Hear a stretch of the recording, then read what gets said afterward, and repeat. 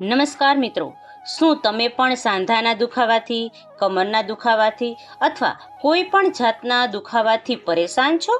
તો ચિંતા ન કરતા, કેમ કે સુર સ્ટુડિયો લઈને આવ્યું છે આ બધા દુખાવાનો રામબાણ ઇલાજ.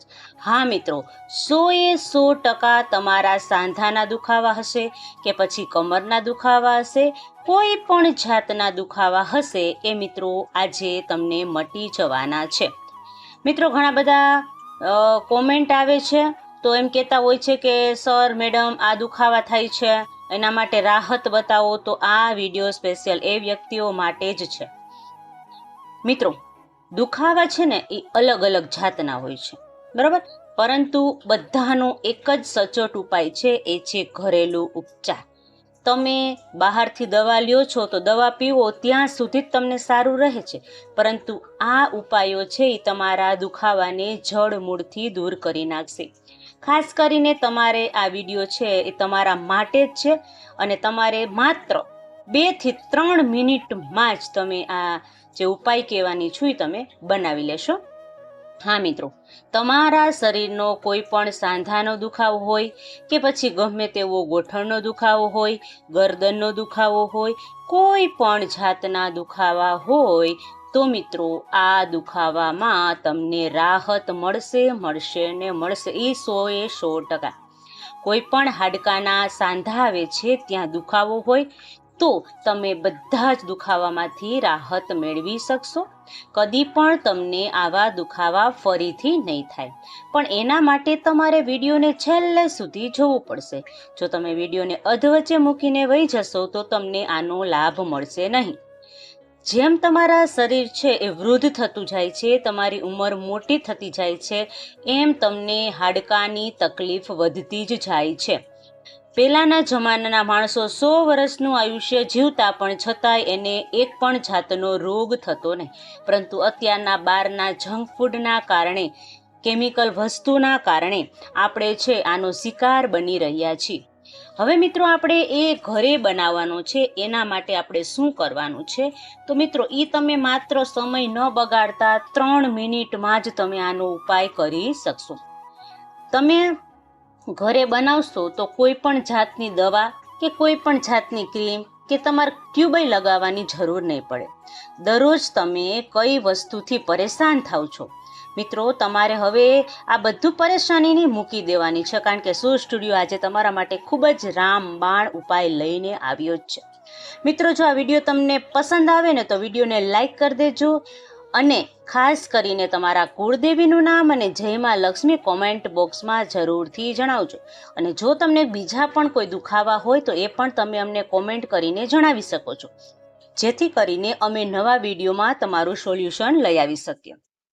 મિત્રો, અમે અવારનવાર આ વિડીયો તમારી સમક્ષ રજૂ કરતા રહીએ છીએ. દરરોજ છે એ નવા વિડીયો અપલોડ કરીએ છીએ અને આ વિડીયો અપલોડ કરવામાં અમે ઘણી બધી છે બુકો વાંચતા હોઈએ છીએ અને એમાંથી છે એ સચોટ ઉપાય તમારા માટે શોધીને લઈ આવ્યા છીએ. તો એક લાઈક તો બને જ.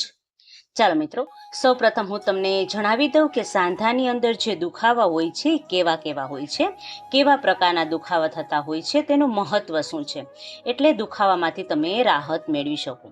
મિત્રો, મહત્વની 3 એવા ખાસ ઉપાયો છે જેને સાંધાના દુખાવા એટલે કે પ્રોબ્લેમ છે એ થતી હોય છે.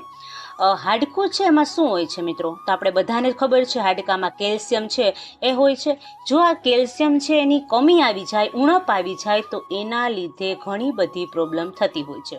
બીજું કારણ શું છે કે સાંધાની અંદર કાર્ટિલેજ હોય છે. મિત્રો, ગૂગલ કરી લેજો. કાર્ટિલેજ છે ને એ સાંધાના દુખાવામાં એટલે કે એક્સરે કરાવો ને ત્યારે તમને ખબર પડશે. અને એની કેપ્સ્યુલ જેવી વસ્તુ હોય છે, તમારા સાંધાને એ પ્રોટેક્ટ કરે છે, રક્ષણ કરે છે.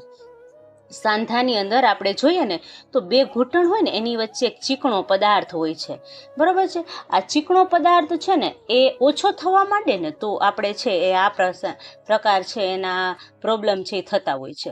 સોજા ચડી જવા, બરાબર, ટ્યુબ ઘસાઈ આપણે છે, પછી પગ દુખવા, આ બધી સમસ્યાઓ છે એના લીધે થતી હોય છે. તો તમને હું આજે ઘરેલું ઉપચાર બતાવું. તે સામગ્રીનો તમારે ઉપયોગ કરવાનો છે.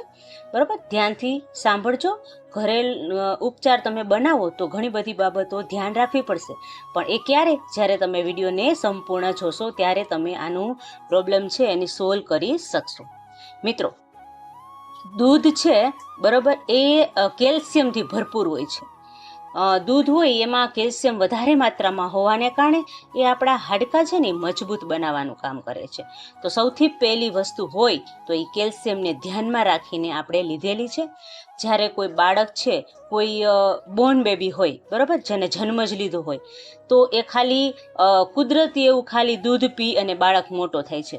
તો મિત્રો વિચારો કે બાળક છે એમાં એનો વિકાસ કેટલો બધો થાય છે. બરાબર, માનું દૂધ છે એને વિકાસ તરફ લઈ જાય છે, તેના હાડકાં વધવા લાગે છે. બરાબર, તો મિત્રો ખાલી તમે વિચારો કે દૂધ પીને જો બાળક આટલું બધું તંદુરસ્ત હોઈ શકે તો દૂધમાં કેટલા બધા ફાઈબર, પ્રોટીન રહેલા હોય છે. મિત્રો, 70 વર્ષ પછી શરીર છે એ કાર્યપ્રણાલી એની ધીમી થવા લાગે છે, એની રોગપ્રતિકારક શક્તિ છે એ પણ ઘટવા લાગે છે. સ્નાયુ છે, એનું પાચન તંત્ર છે, આ બધું જ છે એ નબળું પડવા માંડે છે. આવા સમયે તમારે સાચું ભોજન ખૂબ જ જરૂરી છે. એટલે કે બહારના જંક ફૂડ છે, ફાસ્ટ ફૂડ છે, આ આપણે ન ખાવા જોઈએ, જેના કારણે આપણે ઘણી બધી બીમારીઓને નોંધી શકીએ છીએ. સાચું ભોજન છે ને સૌથી મોટો આધાર છે. દવાઓ પર નિર્ભર રહેવાને બદલે જો તમે તમારા ખોરાકની અંદર ઔષધિનો વધારે ઉપયોગ કરો છો, લીલોતરીનો વધારે ઉપયોગ કરો છો, તો તમે તમારું જીવન છે એ સુધારી શકો છો. મિત્રો, 70 વર્ષની ઉંમર પછી તમારે ઘણા બધા ખાદ્ય પદાર્થો છે એમાં તકેદારી રાખવી જોઈએ. વિડીયો આગળ વધતા પહેલાં મિત્રો તમને વિનંતી છે કે વિડીયો ગમે તો વિડીયોને લાઇક કરજો, ચેનલને સબસ્ક્રાઈબ કરજો અને કોમેન્ટ બોક્સમાં જય મા લક્ષ્મી જરૂર લખજો.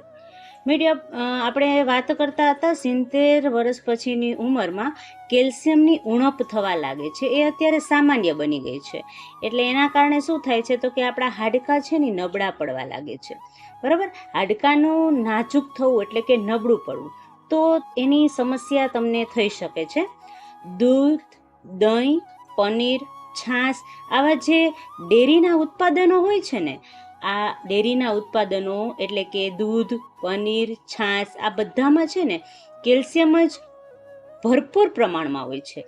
કેલ્શિયમની સાથે સાથે એમાં વિટામિન ડી, પ્રોટીન, ફોસ્ફરસ આ પણ ખૂબ જ ભરપૂર પ્રમાણમાં હોય છે.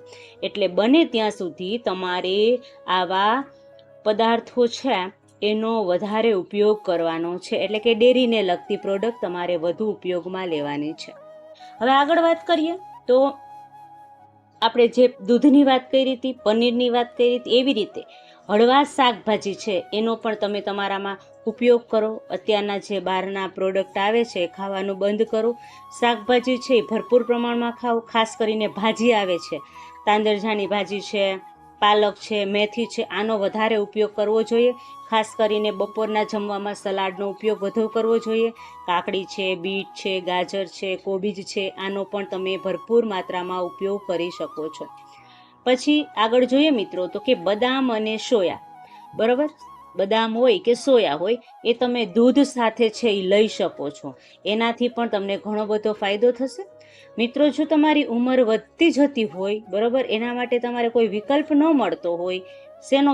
તો કે તમારા ગોઠણના દુખાવા છે, હાડકાના દુખાવા છે, સાંધાના દુખાવા છે, આમાં જો તમે રાહત મેળવવા માંગતા હોય તો બદામ, અખરોટ, અળસીના બીજ, ધોળાના બીજ, સૂરજમુખીના બીજ, આ બધા છે ને એસિડ, ફાઈબર, વિટામિન ઈ, ઝીંક, આ બધા જ પોષક તત્વો એમાં રહેલા હોય છે.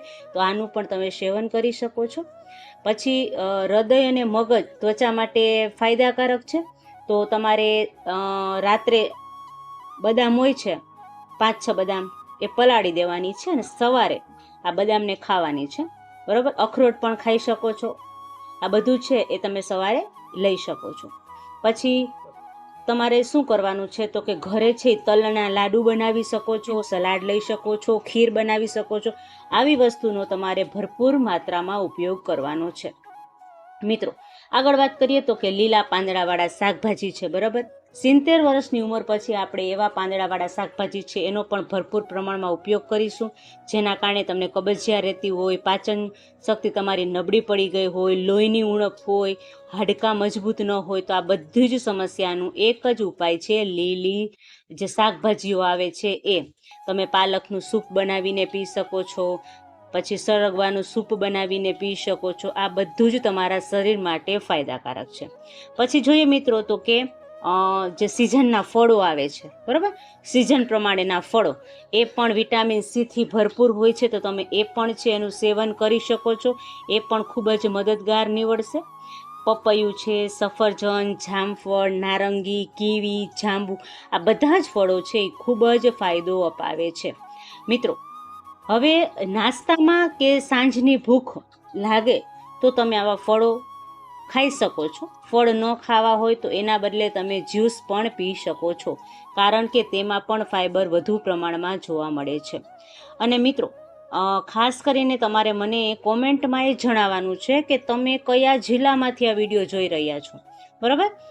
હવે આગળ વધીએ મિત્રો, તો ડાયાબિટીસના દર્દીઓ હોય ને એને વધુ મીઠા ફળો છે ને નથી ખાવાના, બરાબર, મર્યાદિત માત્રામાં ખાવાના છે.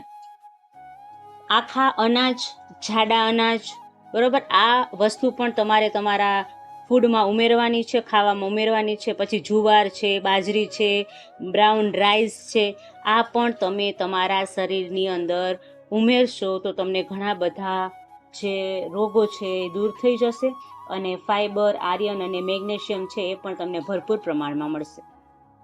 હવે કબજિયાત અને ગેસની સમસ્યા રહેતી હોય, બરાબર, તો રોટલીમાં ઘઉં સાથે થોડું જાડું અનાજ હોય ને એ મિક્સ કરી અને તમે સવારના નાસ્તામાં એને લેશો તો એ સમસ્યા પણ દૂર થઈ જશે. હળદર અને આદુ છે એ પણ ટર્મરિક જેવું કામ કરે છે, તો એને પણ તમે ચાની અંદર આદુનો ઉપયોગ કરી શકો છો. હળદર પણ તમે છે એ દૂધ સાથે લઈ શકો છો. આ પણ તમારા શરીરમાં ખૂબ જ ગુણકારી છે, જેના કારણે તમને જે પણ સમસ્યા છે એ બધી સમસ્યા તમે નિવારી શકશો. શરદી ઉધરસ થઈ હોય તો હળદર વાળું દૂધ છે એ તમે પી શકો છો. આદુનો નાનો ટુકડો છે એ મધ સાથે લઈ શકો છો. મિત્રો, આ બધી જ વસ્તુનું, આ નાની નાની બાબતોનું તમારે ખૂબ જ ધ્યાન રાખવું પડે એમ છે. હવે આપણે વાત કરીએ, પ્રોટીન છે એ આપણા સ્નાયુઓને મજબૂત કરવાનું કામ કરે છે. તો તમે ચણાની દાળ છે, મગની દાળ છે, મસૂર, રાજમા, અડદ, આ બધી દાળો આયર્ન, પ્રોટીન, ફાઈબરથી યુક્ત હોય છે. તો તમે બપોરે જમવામાં પણ 1 વાટકી દાળ પી શકો છો, એનો પણ તમે ઉપયોગ કરી શકો છો, બરાબર છે મિત્રો. અને વધારેમાં વધારે મિત્રો, ખાસ અગત્યની બાબત, પાણી વધારેમાં વધારે પીવું જોઈએ. જો આટલા ઉપાયો તમે કરશો તો ચોક્કસપણે તમે તમારા સાંધાના દુખાવા છે, ઘૂંટણના દુખાવા છે, એસિડિટીની સમસ્યા રહેતી હોય છે, બરાબર, આ બધી જ સમસ્યાઓમાંથી તમે લાભ મેળવી શકશો.